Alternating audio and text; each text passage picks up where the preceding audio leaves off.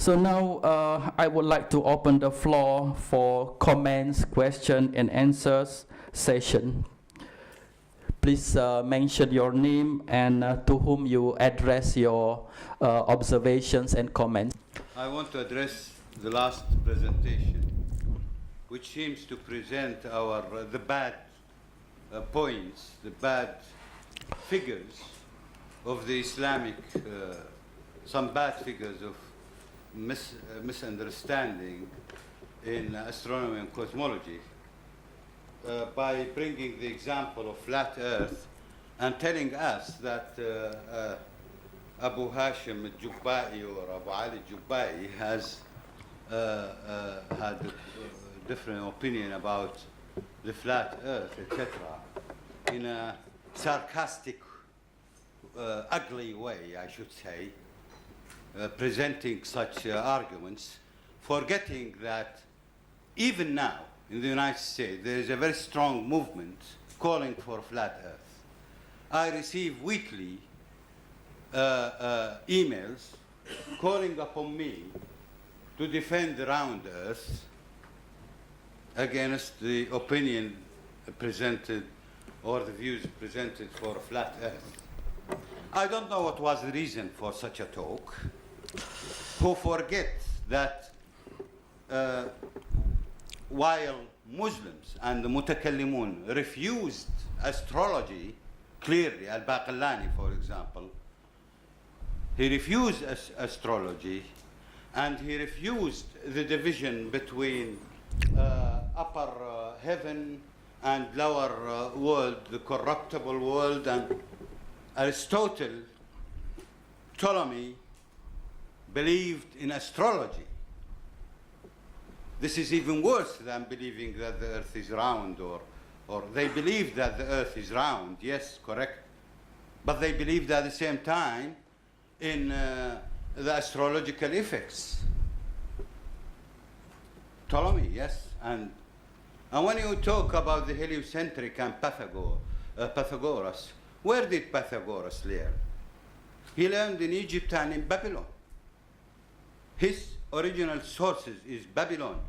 And I wonder if you know that what we call now Pythagoras theorem is inscribed on Babylonian stones more than 600 years before Pythagoras. Pythagoras stayed in Babylon as a prisoner of war for 7 years. He was in Egypt, and the Babylonian conquered Egypt, collected all scientists at that time and brought them to Babylon. And from Babylon he learned what we call Pythagorean theorem. For the heliocentric universe, the Babylonian already suggested, as Robert Swerdlow in his book Theory of Planets, and also Neugi Bauer, the well-known German historian of astronomy, tells us that Babylonian has calculated length of the year in several versions, including draconic year, etc., the ecliptic year, draconic, and he says it's impossible for one to calculate the length of such a year, theoretically, without assuming heliocentric system.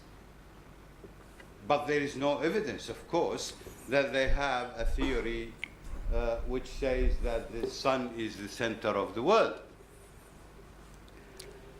I wonder why you don't tell us that Abu Ali al-Jubba'i, this was a lecture I delivered two weeks ago, and a discovery which I have discovered about a year ago.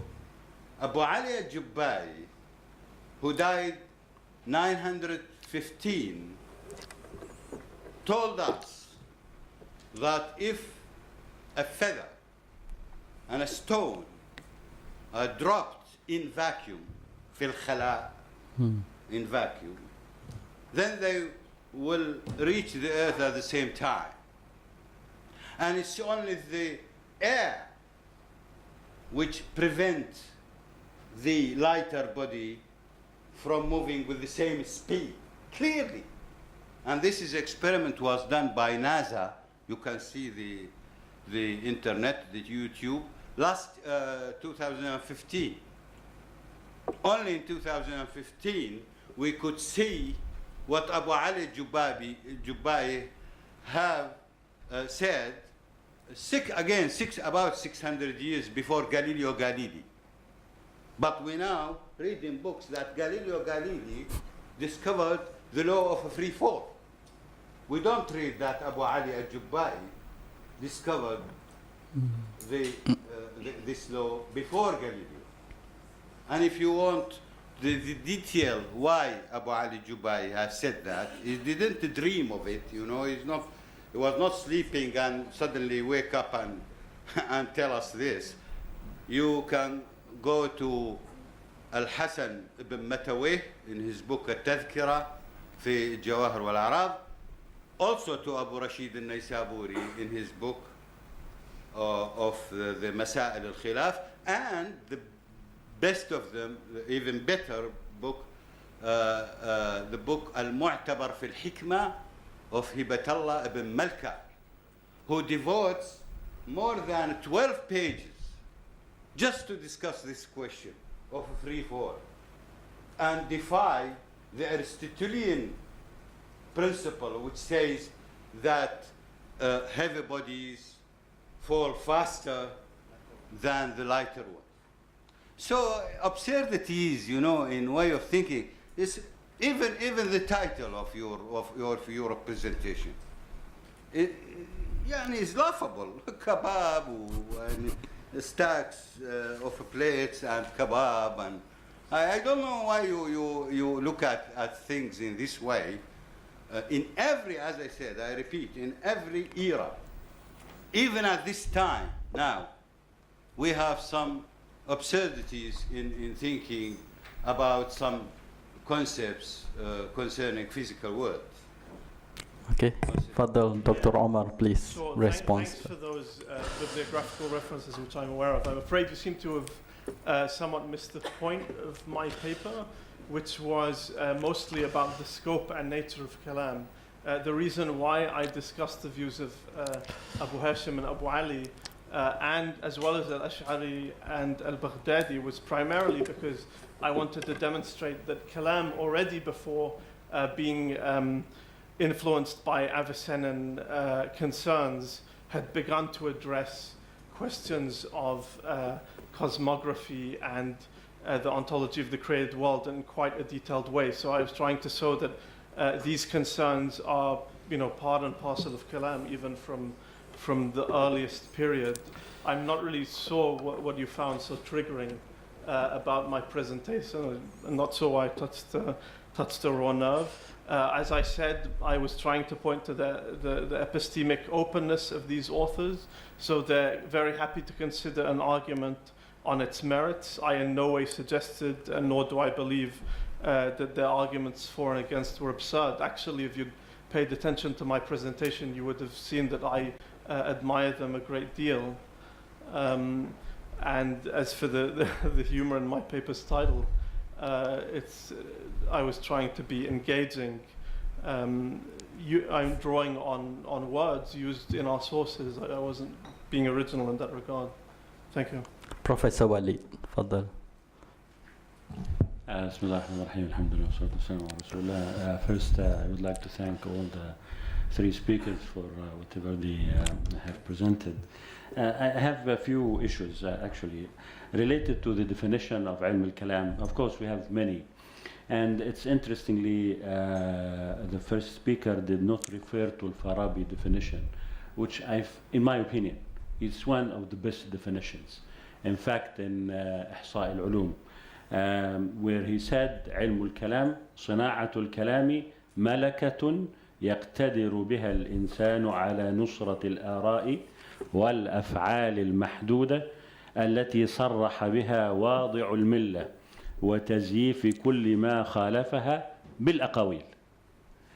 Of course, we have later a serious problem in the post-classical era. This problem relates to using logic, and people were preoccupied by hadd al-ulum, definition, the definition, and then they start to try to define and squeeze the definition, define and squeeze the definition, and then sometimes we end up in definitions which are very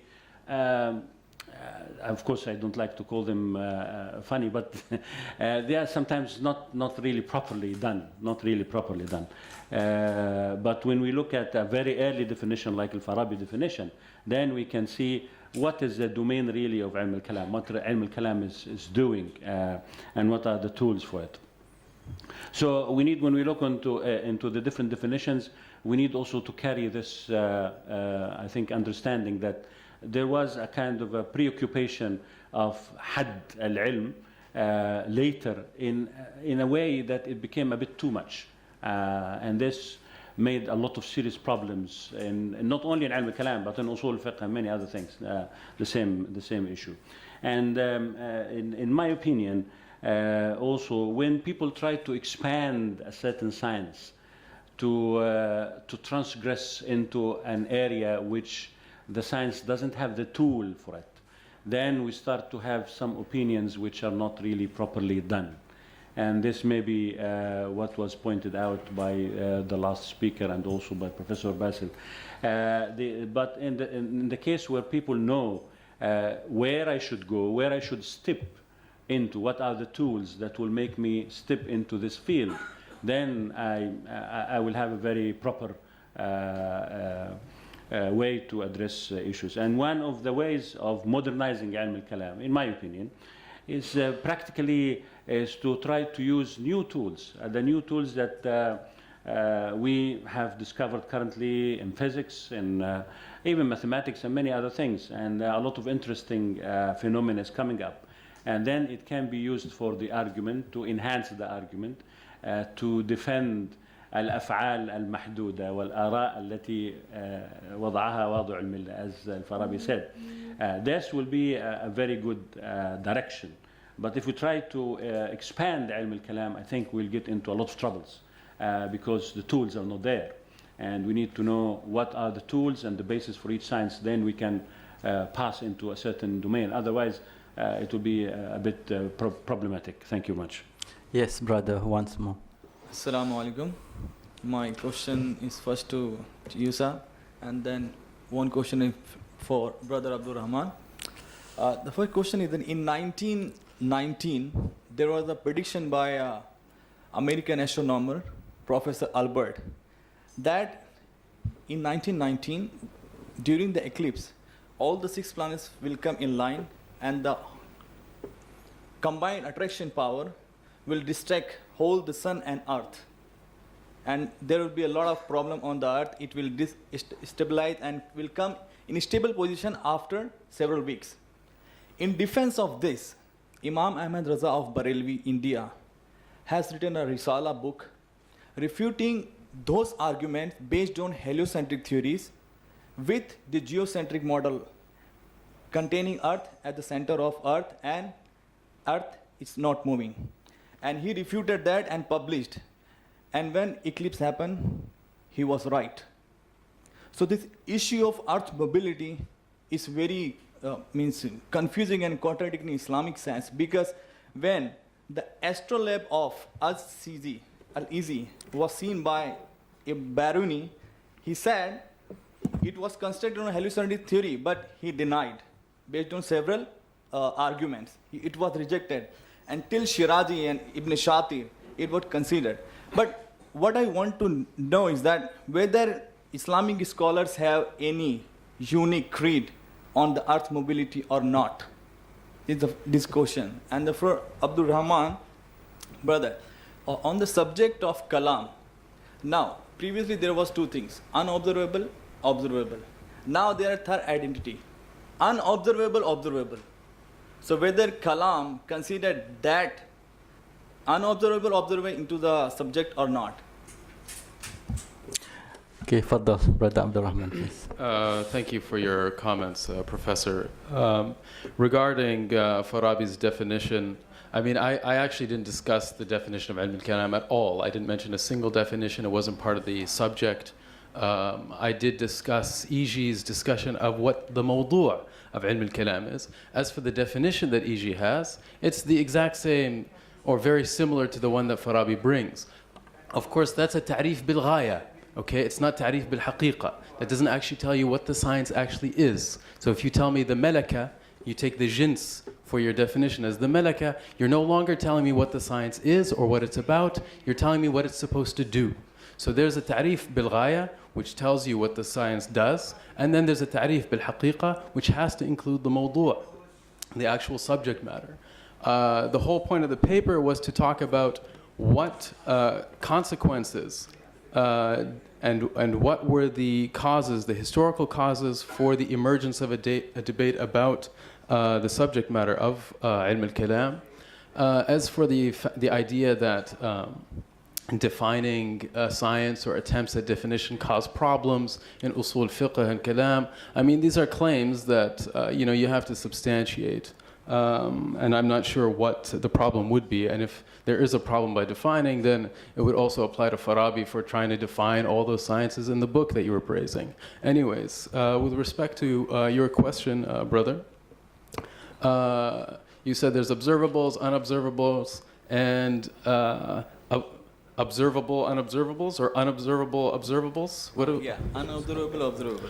Okay, so the subject matter as al-ma'loom, the intelligible, it refers to every possible object of knowledge.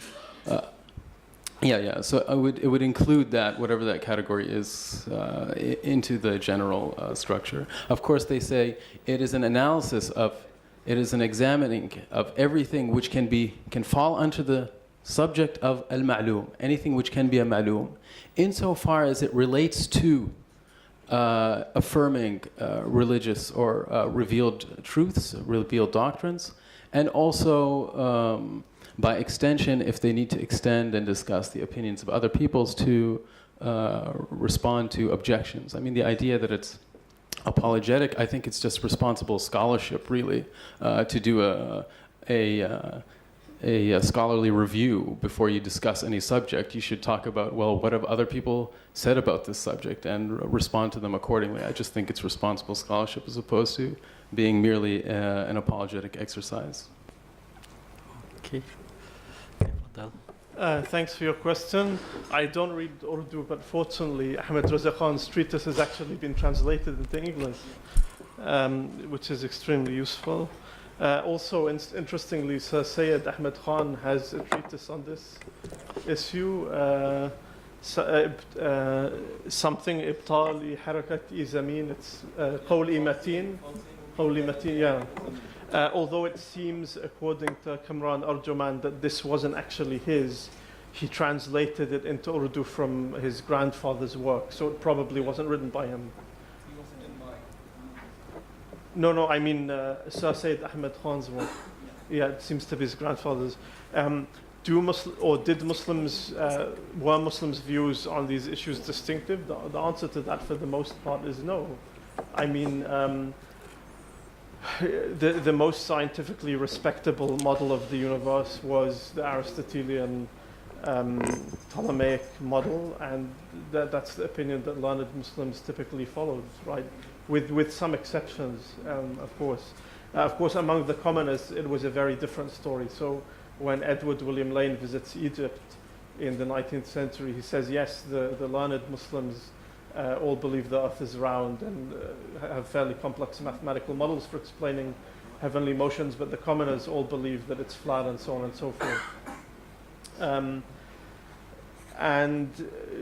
Yeah, I mean, Muslims laid the mathematical groundwork for Copernicus, but they never took the extra step of proposing the sun, at least in a serious and sustained way, as the center of the solar system for reasons that aren't completely clear, but they're not unique in this regard, right? I mean, the authority of Aristotle and Ptolemy was, on rational grounds, was compelling. It's only really by the mid-18th century, once Newton's ideas about motion and the laws of motion have been digested and disseminated, that you actually have persuasive evidence for what Galileo and Copernicus were suggesting. Their ideas about the sun being at the center and the earth going around it, and the nature of its motion around the sun, these remained contested in Europe for more than a century and a half. In that respect, there's nothing unusual. Yeah.